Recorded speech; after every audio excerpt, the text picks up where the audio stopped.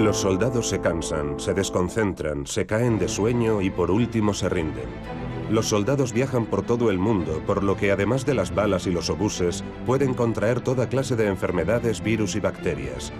Por eso desde hace más de un siglo se ha intentado hacer más resistentes a estos funcionarios de la guerra. Resistentes al enemigo, al cansancio, al miedo, a los virus, a los gases. El objetivo es desarrollar una píldora única que permita al soldado embarcarse en una operación sin tener que dormir ni comer durante 3 o 5 días. El cansancio es un problema muy serio, o sea que desde el punto de vista del mando militar, todo lo que se pueda hacer para combatirlo es bueno.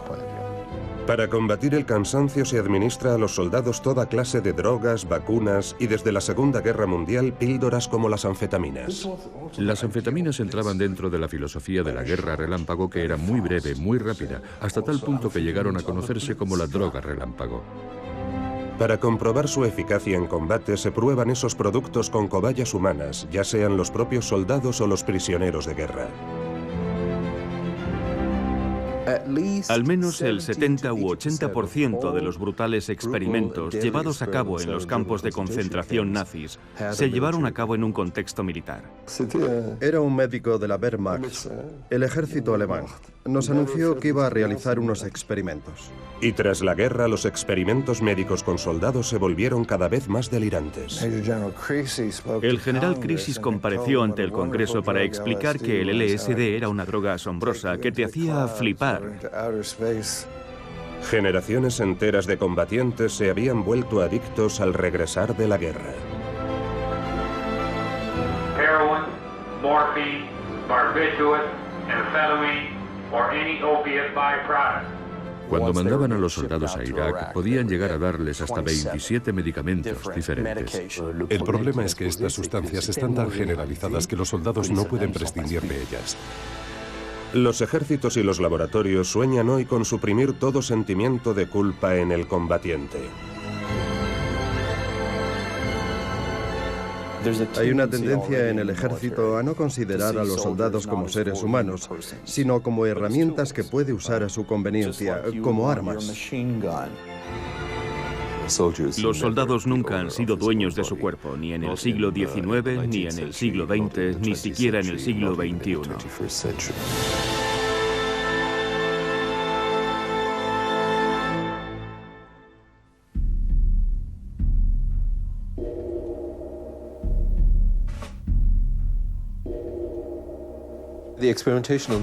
Los experimentos con soldados comenzaron realmente en torno al año 1900, con el desarrollo de la bacteriología, cuando las potencias coloniales comprendieron la importancia de tener soldados sanos, soldados capaces de resistir a las enfermedades tropicales. Antes de las anfetaminas se utilizaba otra molécula, que era la cocaína.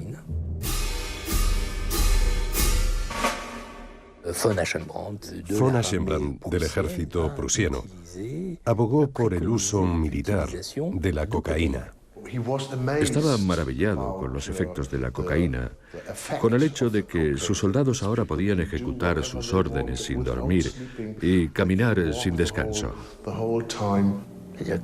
O sea que los soldados estaban más activos, recorrían más kilómetros, podían transportar cargas más pesadas. Vamos, mejor imposible. Era la primera vez que se realizaban experimentos con soldados alemanes. Así pues, la cocaína fue la madre de todas las drogas de combate. Sin embargo, no llegó a extenderse su uso y durante la Primera Guerra Mundial este fue meramente anecdótico. El Estado Mayor francés la presentó como una droga alemana capaz de arruinar a la juventud combatiente de la nación. En 1915, el Parlamento francés votó la primera ley contra el uso de estupefacientes. Además, se consideraba más patriótico optar por el vino. El mariscal Joffre alababa al general vino, indispensable para mantener la moral de las tropas. De hecho, durante la guerra el 60% del vino producido en Francia se destinó a las trincheras. Los generales franceses no comprendían la utilidad de la cocaína y otras sustancias fortificantes empleadas por los alemanes, y más cuando tan solo se trataba de dar una pizca de valentía o de inconsciencia al soldado para salir de las trincheras y enfrentarse a la metralla. El soldado de la Primera Guerra Mundial vive inmerso en el barro, agotado por el miedo, la muerte inminente, la inmovilidad. Mientras en el cielo el enemigo da vueltas y vueltas. A fuerza de hazañas aéreas y cocaína, algunos de estos pilotos han terminado viéndose a sí mismos como reencarnaciones de los caballeros de la Edad Media. Entre ellos se encuentra un tal Hermann Göring, que junto a otros compañeros sueña con una guerra relámpago librada por un ejército de soldados imparables, temibles, despiadados. Una guerra librada por lo que pronto pasará a conocerse como superhombres. Tras la Primera Guerra Mundial comenzará a desarrollarse la farmacología y más concretamente una ciencia muy particular, la de los estimulantes. A lo largo de los años 20, la industria farmacéutica crea las primeras anfetaminas en respuesta a la demanda desenfrenada de esos años locos en los que todo tiene que ir cada vez más deprisa. Hay incluso una canción, ¿Quién le ha echado benfedrina en el chocolate a la señora Murphy?, que asegura que las anfetaminas son un tónico asombroso. Además, estamos en plena depresión. Me refiero a la depresión económica. Ya en 1932, la molécula de anfetamina se presenta como una molécula antidepresiva que revitaliza a los que están a punto de caer rendidos. Los grandes laboratorios alemanes ven una oportunidad para desarrollar sus propias sustancias estimulantes. Y es que los nazis han llegado al poder y exigen una producción de anfetamina independiente de las importaciones extranjeras. El arte de la guerra implica la victoria a toda costa. Uno de los medios empleados son las drogas. El alcohol, la cocaína y las anfetaminas. La Alemania nazi todavía no puede rearmarse ya que se lo prohíben los tratados internacionales, pero se ha propuesto forjar una generación de cuerpos y mentes implacables. Dentro de la Wehrmacht se imponen el adiestramiento masculino y las virtudes varoniles. Hay que ser valiente y duro con uno mismo, ágil, tenaz y resistente. El soldado ha de ser inasequible al desaliento, y la química va a proponerle soluciones al régimen de Hitler. En 1938, el laboratorio Temmler comenzó a sintetizar la primera anfetamina con fines médicos. Se comercializó con el nombre de Pervitina. El eslogan rezaba "Für die Gesundheit", para la salud. En la Facultad de Medicina de Berlín se somete a los estudiantes a 36 horas de exámenes ininterrumpidas. A algunos de ellos se les suministra cafeína, a otros benfedrina y a un tercer grupo pervitina. Los estudiantes de este último grupo son los únicos que logran permanecer concentrados y despiertos y terminar los exámenes. Se encarga a unos médicos que examinen las ventajas y los inconvenientes de la pervitina no solo para cada individuo, sino para el régimen nazi. En aquella ocasión se probó por primera vez el producto con miembros de la Wehrmacht y estudiantes de medicina. Los médicos e investigadores observan inmediatamente que la pervitina incrementa el optimismo, la capacidad de reacción y hasta el entusiasmo, bazas indispensables desde el punto de vista de la guerra que se dispone a declarar la Alemania nazi. La pervitina presenta tres grandes ventajas. No notas el cansancio, no pasas hambre y entras en un estado de euforia y concentración extremas. Hay que decir que al principio de la guerra, en Polonia, la pervitina todavía no era la droga oficial de la Wehrmacht. Pero muchos soldados se habían traído su pervitina por iniciativa propia. Y a la vista de los resultados, el Estado Mayor alemán decidió utilizarla ya de manera oficial. En abril de 1940, en vísperas de la ofensiva contra Francia, la Wehrmacht encarga 35 millones de comprimidos de pervitina a los laboratorios Temmler. El consumo de toda clase de medicamentos entraba dentro de la filosofía de la guerra relámpago, que era muy breve, muy rápida.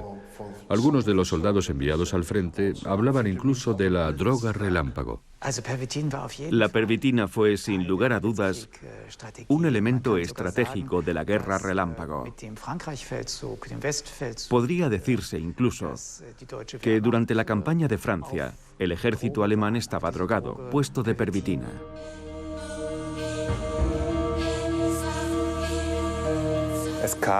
Es cierto que tenía muchos efectos secundarios: mareos, vómitos, insomnio.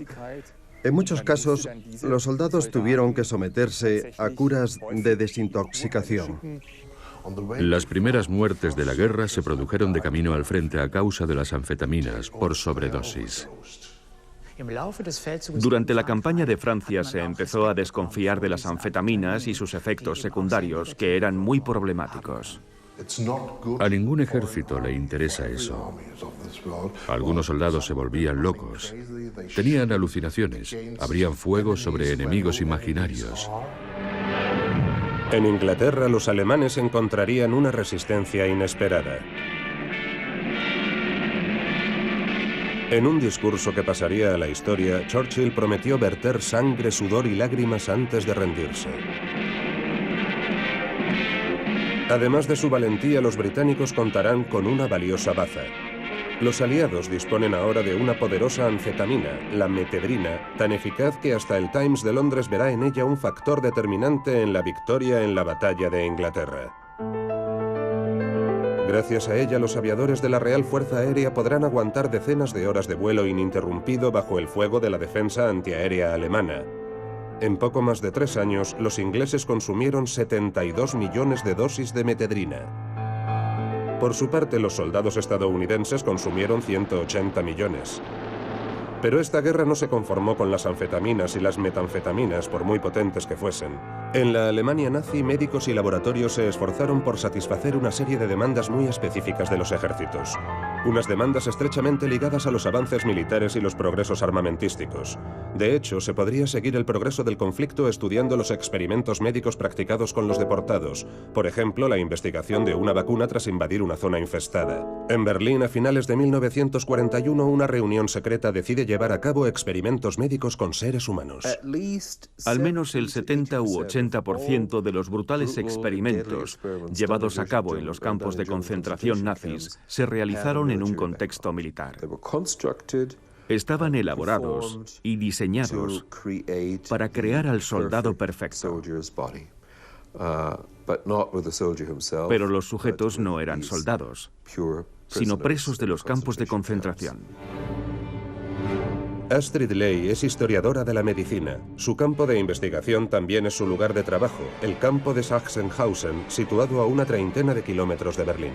Sachsenhausen es un campo más bien moderno, que incluye un hospital. Al principio no parecía que tuviera mucho sentido instalar un hospital de verdad en un campo de concentración, ya que la función de este era precisamente torturar y matar.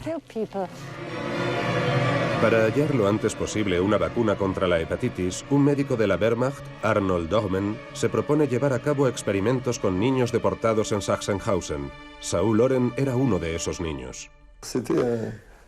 Era un médico de la Wehrmacht. Ya sabíamos distinguir a los miembros de la Wehrmacht.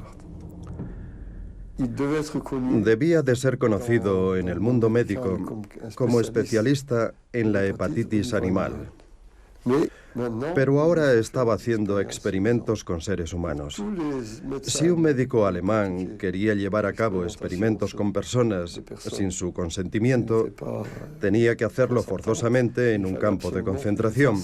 Así que Sachsenhausen era el lugar ideal para él. Nos anunció que iba a llevar a cabo una serie de experimentos.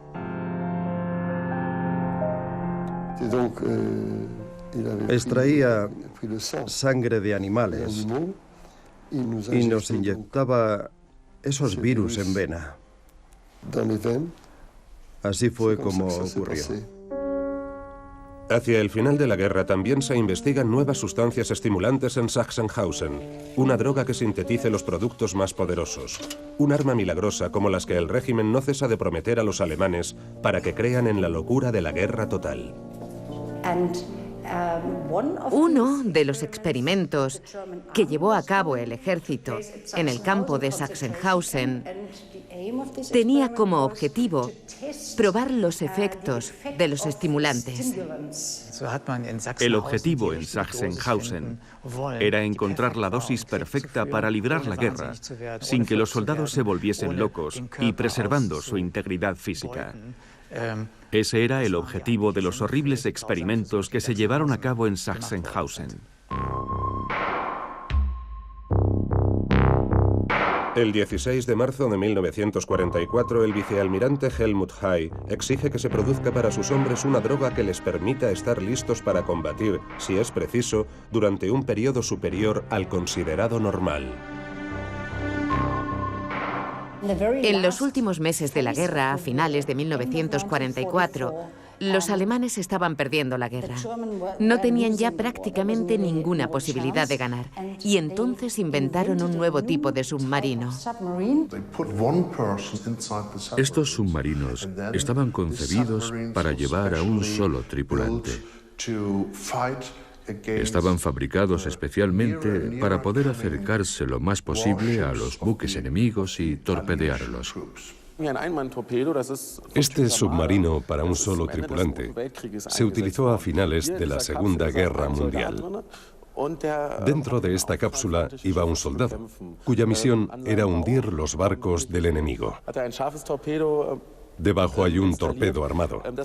La particularidad de este sistema es que la cápsula solo podía abrirse y cerrarse desde el exterior. Y como para los soldados, era muy duro desplazarse en esta embarcación. En este espacio tan exiguo, efectivamente los drogaban. No podían acostarse para dormir ni moverse. El piloto solo podía estar sentado y maniobrar el submarino en ocasiones durante 4 días seguidos. A 30 o 40 metros de profundidad, las temperaturas eran extremadamente bajas. Pero la droga les daba la sensación de que dentro hacía calor. Una vez creada, esta droga se probó con grupos de deportados condenados a caminar a menudo hasta la muerte. Los médicos observaban detenidamente sus reacciones y su capacidad de aguante. Los médicos formaron 2 grupos de sujetos. Los observaban, los pesaban, les tomaban toda clase de medidas.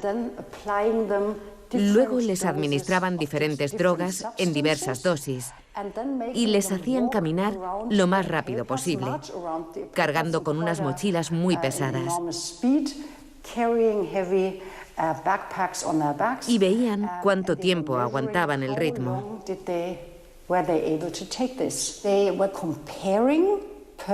Comparaban los efectos de la pervitina, que existía en diferentes formatos, chicles, comprimidos, con la cocaína en su forma original. Les administraban fuertes dosis de estas sustancias a los prisioneros. Al término de estos experimentos, los médicos del campo van a dar con la dosis que les parece ideal, bautizándola como D9. El D9 era una combinación de una dosis de cocaína, una dosis de anfetamina y una dosis de morfina. Y se volvían capaces no solo de permanecer despiertos durante 4 días, lo cual ya era una hazaña, sino de realizar trabajos físicos, caminar y transportar sus mochilas. Es cierto que drogaban a esos soldados para tranquilizarlos, para que tuvieran la impresión de que todo iba a salir bien, de que iban a salir sanos y salvos de esas cápsulas. Pero hay que decir que en la inmensa mayoría de los casos no fue así, ya que el 80% de los soldados no vivieron para contarlo. Mientras los científicos de Sachsenhausen centran sus investigaciones en las drogas, en el campo de Dachau pondrán a prueba los límites del cuerpo humano a instigación de la Luftwaffe. Los experimentos llevados a cabo en Dachau eran cruciales para sus investigaciones médicas. El responsable de los experimentos con fines militares, por ejemplo, los experimentos sobre la malaria, así como de los experimentos ligados a la aeronáutica, era un médico, el doctor Sigmund Rascher, que era capitán de la Fuerza Aérea Alemana, la Luftwaffe.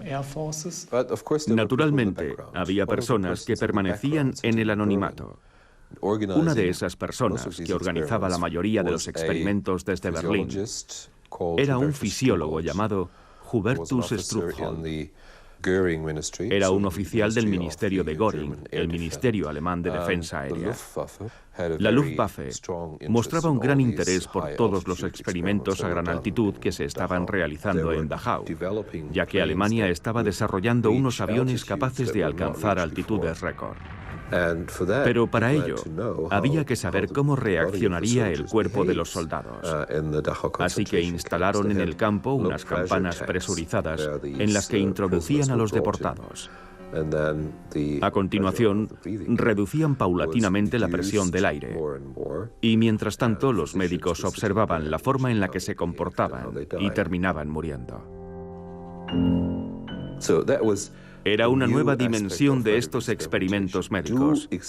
Realizar el experimento hasta el límite de lo que el cuerpo humano era capaz de soportar, de tolerar, matando al sujeto si era preciso, y así examinar lo que ocurría en su cuerpo y especialmente en su cerebro. Eso es exactamente lo que hacían en Dachau.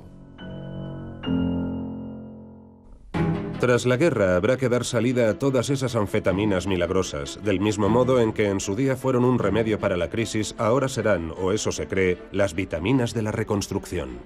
Tras la capitulación de Alemania, hubo una profusión de anfetaminas y otras drogas procedentes de las reservas de la Wehrmacht, circulando en el mercado negro. Existen informes de varias ciudades alemanas mostrando preocupación por el consumo de drogas, por las grandes cantidades de drogas que se vendía a los jóvenes que regresaban del frente, en algunos casos toxicómanos que tenían que saciar su adicción. Pero no eran los únicos que consumían esas anfetaminas. También se vendían a una nueva clientela, puesto que esa droga no tenía mala reputación. Y eso va a crear un problema, sobre todo en Japón. Tras la guerra, las reservas de sustancias estimulantes acumuladas durante el conflicto son tan importantes que se distribuirán anfetaminas sin receta ni criterio al conjunto de la población. Un anuncio vende así las virtudes de la anfetamina nacional. Filopón vacía la mente y tonifica el cuerpo. Empiezan a manifestarse las primeras señales que relacionan el consumo de anfetaminas con determinadas patologías, como la adicción y sobre todo la psicosis anfetamínica. La adicción plantea un problema sobre todo para la persona afectada, pero la psicosis anfetamínica plantea un problema para todo su entorno. Todos los médicos, no solo en Japón, sino también en Estados Unidos y Europa, empiezan a describir casos de psicosis anfetamínica y adicción a las anfetaminas, con lo que parece que estamos ante una epidemia. Otros médicos están menos preocupados por la psicosis anfetamínica que por su propio futuro, ya que van a tener que rendir cuentas por los experimentos con prisioneros y deportados que llevaron a cabo a petición del ejército alemán, ya fuese la Wehrmacht o la Luftwaffe.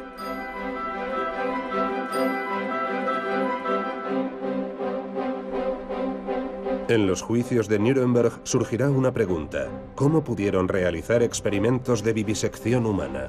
¿Cuáles fueron las motivaciones y los sentimientos de estos médicos? Al terminar la guerra, primero se celebró el gran juicio de los dirigentes nazis que tuvo lugar en Nuremberg. ¿Por qué Nuremberg? Porque era una de las pocas ciudades alemanas en las que los aliados no habían bombardeado el Palacio de Justicia. Y ahí fue donde se celebró el juicio de los médicos, que implicó a muchos abogados. Cuando concluyó el juicio a los dirigentes nazis, se decidió celebrar toda una serie de juicios a las distintas categorías socioprofesionales implicadas en las políticas nazis. Se celebró pues un juicio a los médicos, a la diplomacia, a los empresarios, etc., En el banquillo de los acusados se sentaron 23 personas, de las cuales 20 eran médicos, y los demás, personas que no eran médicos, pero que habían desempeñado un papel importante en la política médica del Estado nazi. Karl Brandt, der frühere Leibarzt Adolf Hitlers, Generalleutnant der Waffen-SS und Reichskommissar für das Sanitäts- und Gesundheitswesen. Against you, guilty or not guilty? Nicht schuldig. El juicio de los médicos de Nuremberg supuso un verdadero electroshock en la comunidad médica.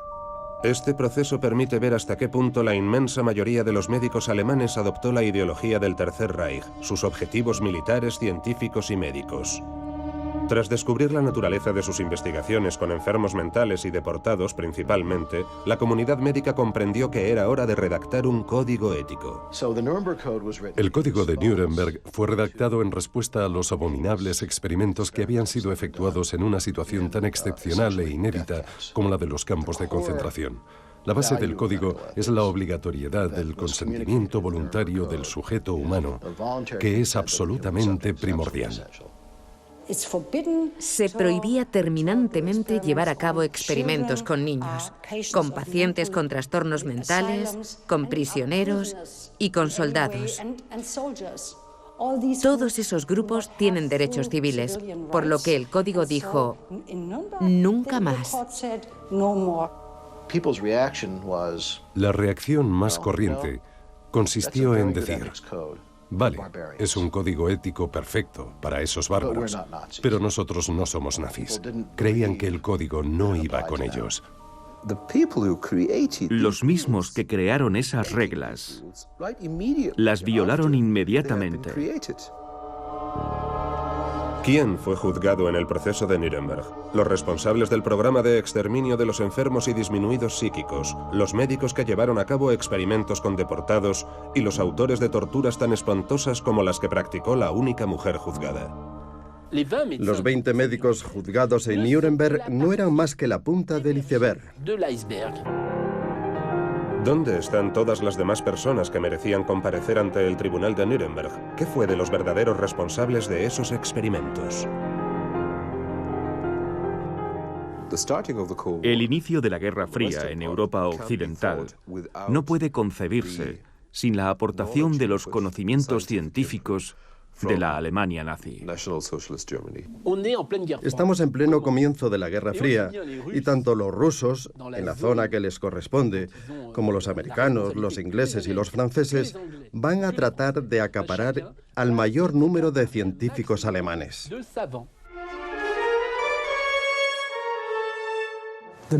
Bajo el nombre de Paperclip se creó tras la Segunda Guerra Mundial una organización secreta destinada a traer científicos alemanes a Estados Unidos.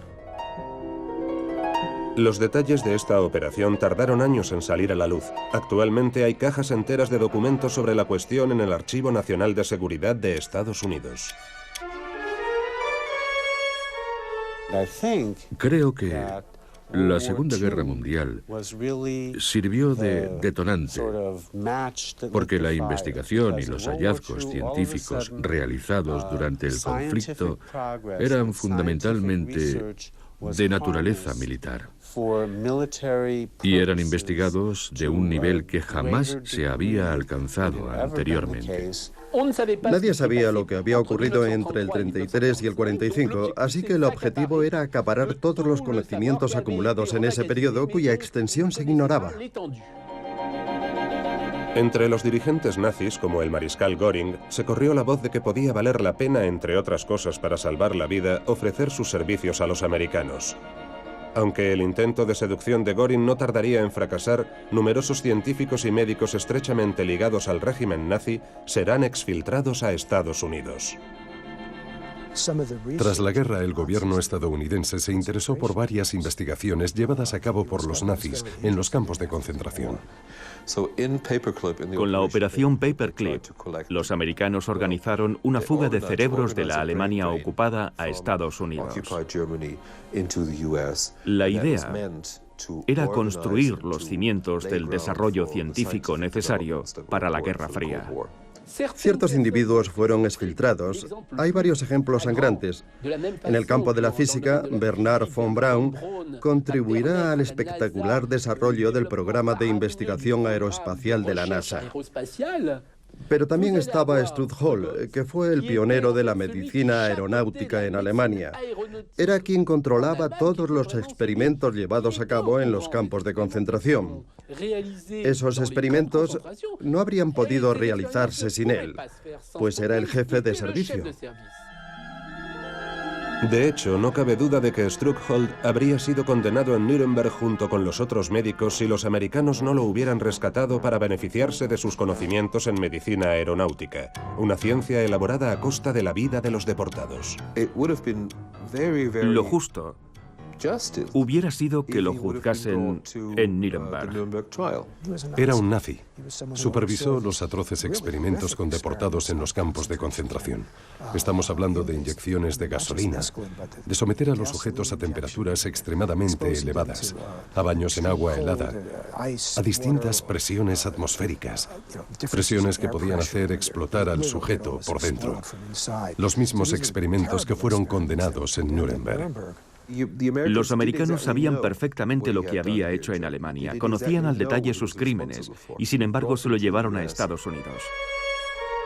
34 científicos acompañaron a Strughold a Estados Unidos. La mayoría tendrían que haber comparecido en el juicio de los médicos de Nuremberg. Fueron a trabajar a la base de San Antonio, en Texas.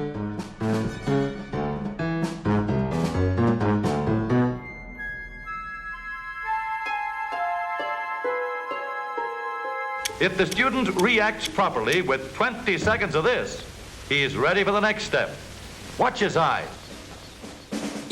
Terminará haciéndose mundialmente famoso. No hay un solo libro de medicina aeronáutica que no mencione el nombre de Strudhol, que es considerado el papa de la medicina aeroespacial. Desde el comienzo de la Guerra Fría, la paz armada que enfrentará a americanos y soviéticos a partir de 1947, las dos grandes potencias van a tratar de superar al enemigo por todos los medios. En el campo de la propaganda, mediante el control de sus zonas de influencia y, por supuesto, a través de una carrera armamentística desenfrenada. Pero también llevarán a cabo toda clase de experimentos médicos en torno al control mental, la manipulación interesada de las mentes. La paranoia omnipresente a finales de los años 40 y durante toda la década de los 50 engendró cantidad de delirios y fantasmas entre la población, pero sobre todo entre los investigadores y los médicos que soñaban con hallar un producto milagroso para asegurar la omnipotencia de su bando. Al principio de la Guerra Fría, había armas atómicas, armas biológicas y armas químicas. Y cuando diriges un ejército, tienes que aprender a usar ciertos medicamentos. Por ejemplo, para defenderte contra esas armas. Good morning. Here's the news. Civil Defense Headquarters announced today that the sharp increase in the number of cases of illness during the last few days have led authorities to suspect that a biological warfare attack may have taken place.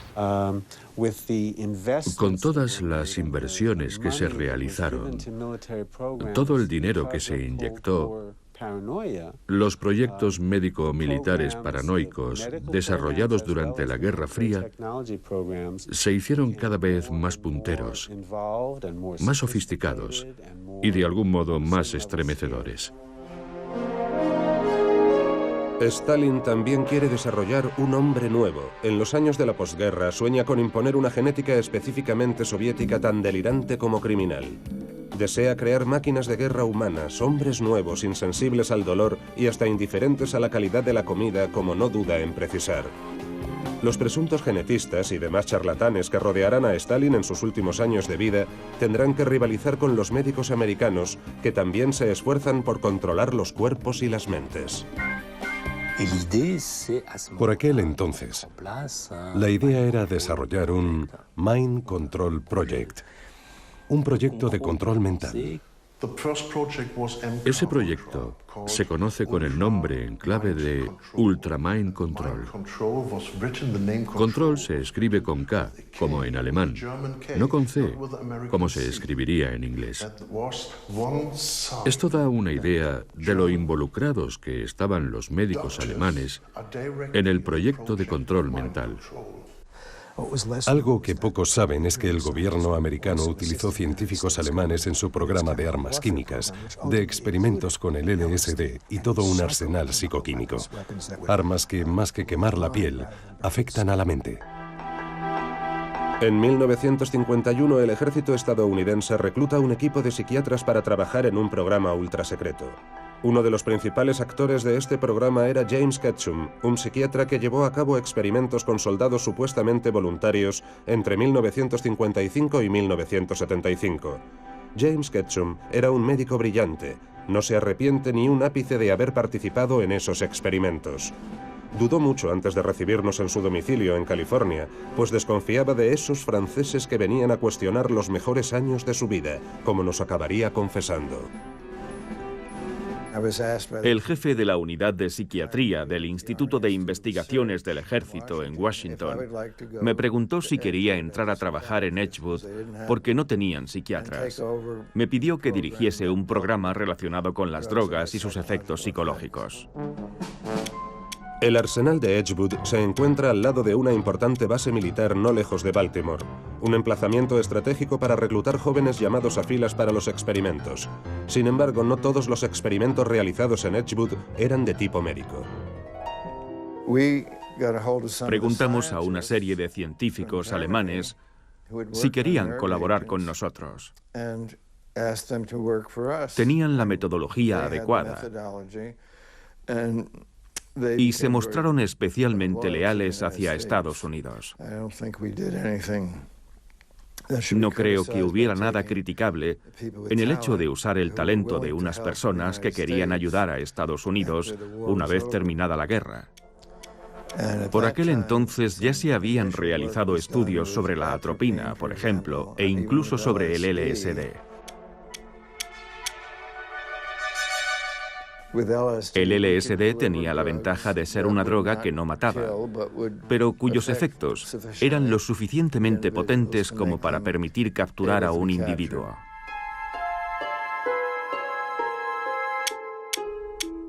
También intentaron usar el LSD en todas las formas posibles, por ejemplo, como agente químico para desacreditar al enemigo. Si, por ejemplo, el objetivo era un político, la idea era administrarle LSD sin que se diese cuenta antes de un discurso para que al cabo de una hora se volviese loco y pronunciase un discurso incoherente.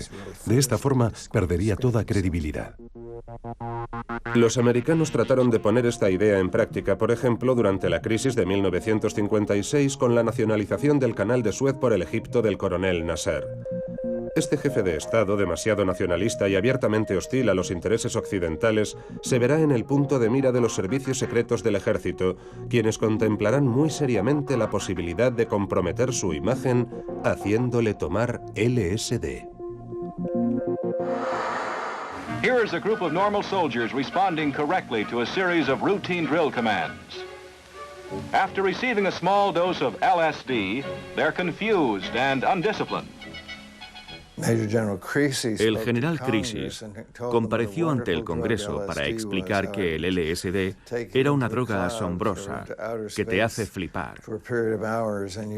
Explicó que podía colocar a alguien durante varias horas y volverlo incapaz de concentrarse en una tarea. Y el Congreso se lo creyó. De hecho, solo hubo un voto en contra de este proyecto. Hubo 450 votos a favor de triplicar el presupuesto del programa de armamento químico.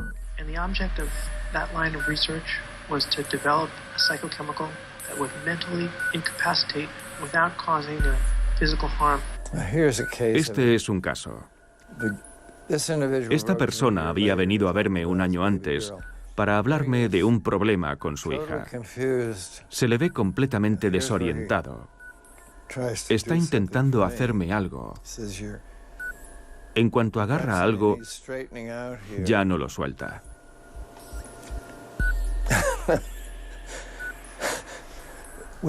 Cuando el ejército americano descubrió el LSD a principios de la década de 1950, en plena Guerra Fría, todo el mundo pensó que era el inicio de una nueva era. Pero aquello fue a más porque se imaginaron la posibilidad de transformar el LSD en un gas, en un arma de guerra química para alcanzar poblaciones enteras. Así se podría someter a toda una población, lo que presentaba ventajas estratégicas. Attention all bases, attention all bases. This is Iron Hand. This is Iron Hand. This is a SAC alert.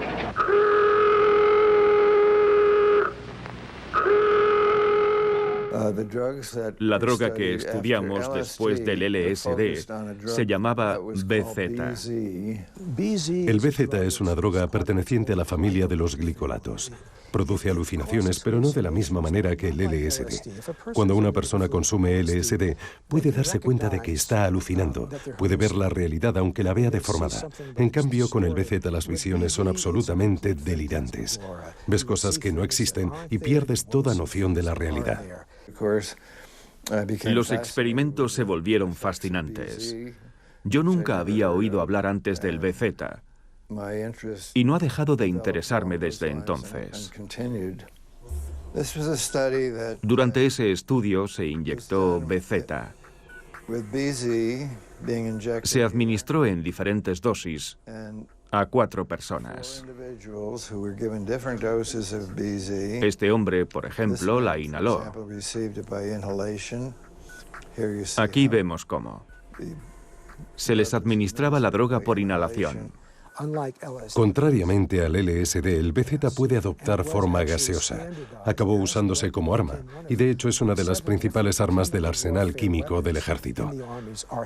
Se han fabricado granadas con esta sustancia, bombas, toda clase de armas que al estallar propagan el gas, neutralizando a las víctimas. Aquí vemos a una persona que ha recibido una fuerte dosis de BZ, mirando a través del cristal y preguntándose qué hace ahí la cámara. Se le ve bastante desorientado. El BZ es más potente que el LSD porque sus efectos son más duraderos. Los efectos del LSD pueden prolongarse hasta 10 o 12 horas, mientras que los del BZ pueden durar 3 días con efectos secundarios que pueden durar hasta 6 semanas. Se encontraba mal. Tenía la boca seca. Tenía mucho frío. Lo teníamos en un cuarto acolchado para que no se golpeara sin querer. Por suerte no le pasó nada.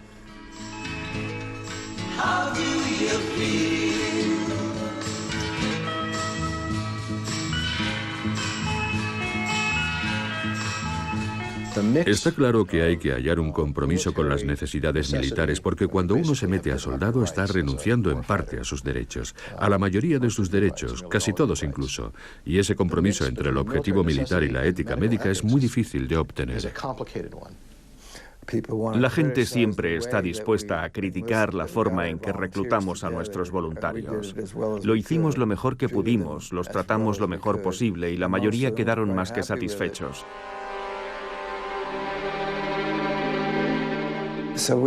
Los voluntarios no se resistían. Muy pocos se negaban a someterse a las pruebas, y eso que les dábamos la posibilidad de negarse, porque les hacíamos rellenar un formulario específico para cada droga que les suministrábamos, aparte del formulario para participar en el programa. Los soldados son las cobayas perfectas porque tienen que obedecer órdenes. Están en una situación muy particular, ya que llevan un uniforme y dependen totalmente de sus superiores. En ese sentido, son el campo de experimentación ideal.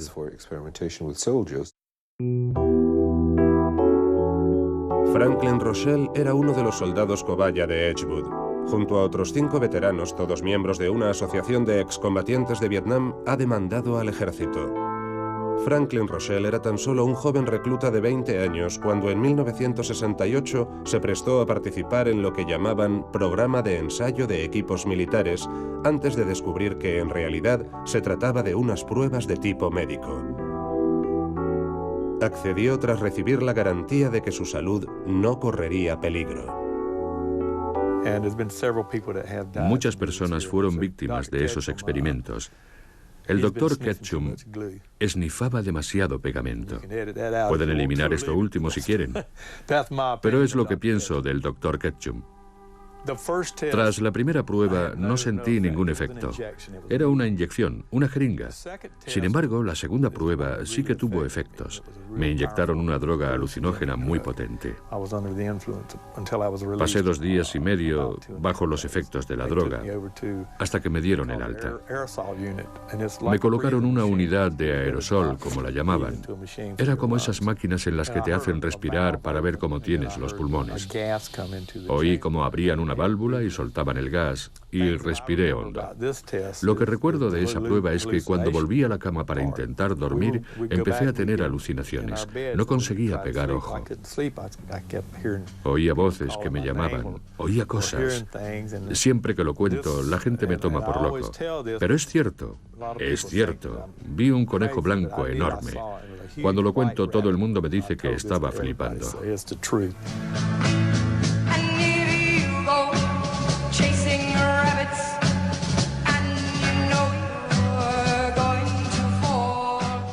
Se supone que nos estaban supervisando constantemente para que no nos hiciéramos daño bajo los efectos de las drogas, pero con algunas de las drogas que nos daban no tenían ni idea de lo que nos iban a hacer.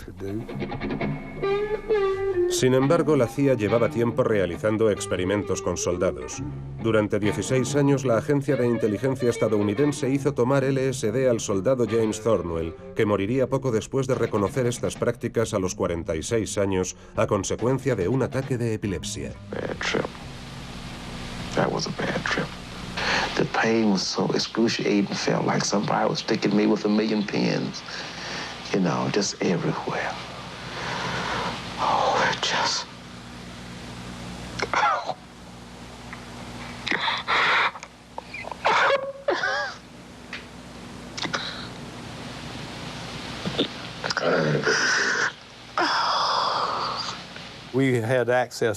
Teníamos acceso a unas letrinas, a un cuarto de baño. Un día yo llevaba mi neceser y podía ver cómo se me movían las pecas de los brazos y lanzaban destellos, literalmente. Creía que eran unos insectos, que tenía unos insectos bajo la piel y en las piernas. Así que saqué la navaja de afeitar de mi neceser e intenté cortarme la piel.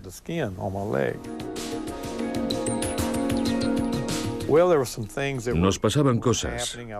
Teníamos problemas. Toda clase de problemas. Problemas respiratorios, de ansiedad, insomnio. Toda clase de problemas. Arranques de ira, literalmente. Vamos, trastornos mentales serios.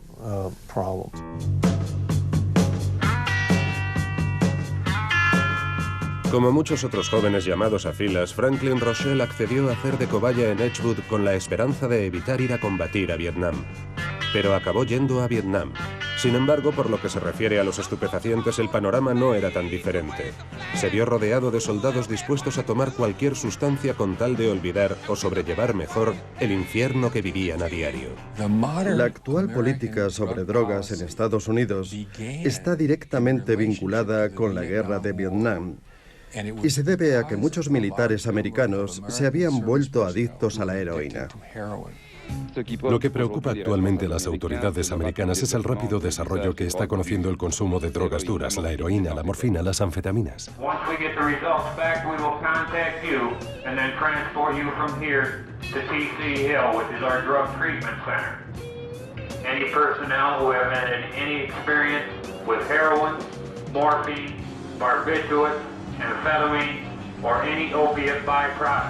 Poco a poco se desentendieron del programa y lo cancelaron definitivamente en 1975. Al llegar a la Casa Blanca en 1976, Jimmy Carter decide interrumpir los experimentos delirantes, las carreras armamentísticas y los programas médico-militares más o menos oficiales. El Congreso llevó a cabo una investigación. Buscaba un lavado de cara tras el escándalo del Watergate, tanto en el gobierno como en el ejército. Naturalmente hay excepciones, concretamente los pilotos y solo en el marco de ciertas misiones especiales para los que siguen disponiendo de las famosas Go Pills o pastillas de la marcha. Si estás pilotando un jet y estás atrapado en una carlinga sin poderte mover, en misiones que pueden llegar a durar hasta 6, 7, 8 horas, la política de la Fuerza Aérea de Estados Unidos te permite tomar ciertos medicamentos para estar perfectamente operativo. Así pues, el consumo de estos fármacos por parte de los pilotos de la Fuerza Aérea de Estados Unidos es más una regla que una excepción. Pero fue durante la Primera Guerra del Golfo cuando la farmacología de guerra entró en una nueva era. El objetivo sigue siendo el mismo, un soldado implacable, pero por otros medios. Sobre todo ahora es posible probar una serie de nuevas sustancias en el campo de batalla.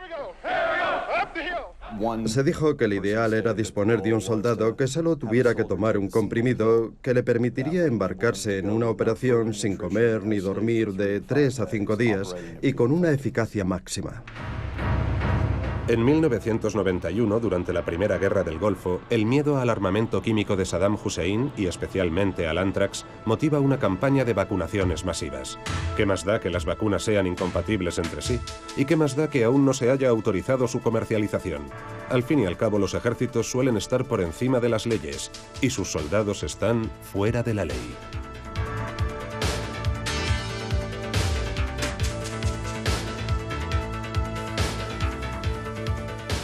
Si eres un soldado de las fuerzas especiales y dispones de un producto que te permite, por ejemplo, pasar 3 días seguidos sin comer ni dormir y llevar a cabo tu misión en mejores condiciones, aunque ese medicamento que te van a dar puede costarte 10 años de vida, pues lo más seguro es que digas, vale, me voy a tomar ese medicamento.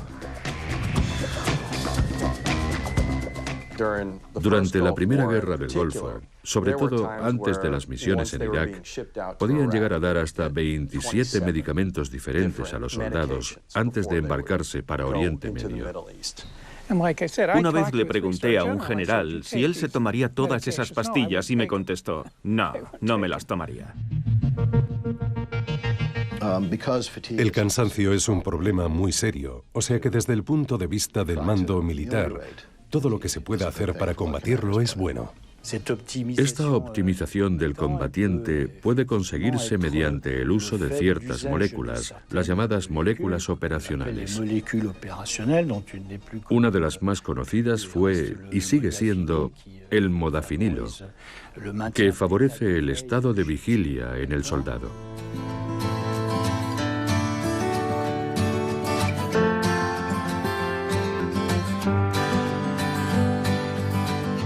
La historia sigue con nuevos argumentos, pero con los mismos objetivos de siempre: liberar instantáneamente al soldado de todo impedimento físico y moral, eliminar toda limitación superflua, sobre todo el sentimiento de culpa. Creo que, de todas maneras, el factor humano siempre limitará el rendimiento del soldado. Por eso, lo que me preocupa actualmente como especialista en cuestiones éticas es la tendencia en el ejército a ver a los soldados no como seres humanos, sino como simples herramientas. Tienen que funcionar como armas, lo más eficaces y mortíferas posible. El soldado del futuro no debería ver más que un objetivo en su visor sin dejarse distraer por un solo atisbo de humanidad, una mirada, un gesto que pudiera hacerle sospechar que la guerra es algo más que un videojuego. Have you come to raise the dead? Have you come here to play Jesus? To the lepers in your head? Did I ask too much? More than a lot. You gave me nothing now. It's all I got. We're one, but we're not the same. Well, we hurt each other, and we're doing it again. You say love is a temple, love a higher law. Love is a temple, love the higher law.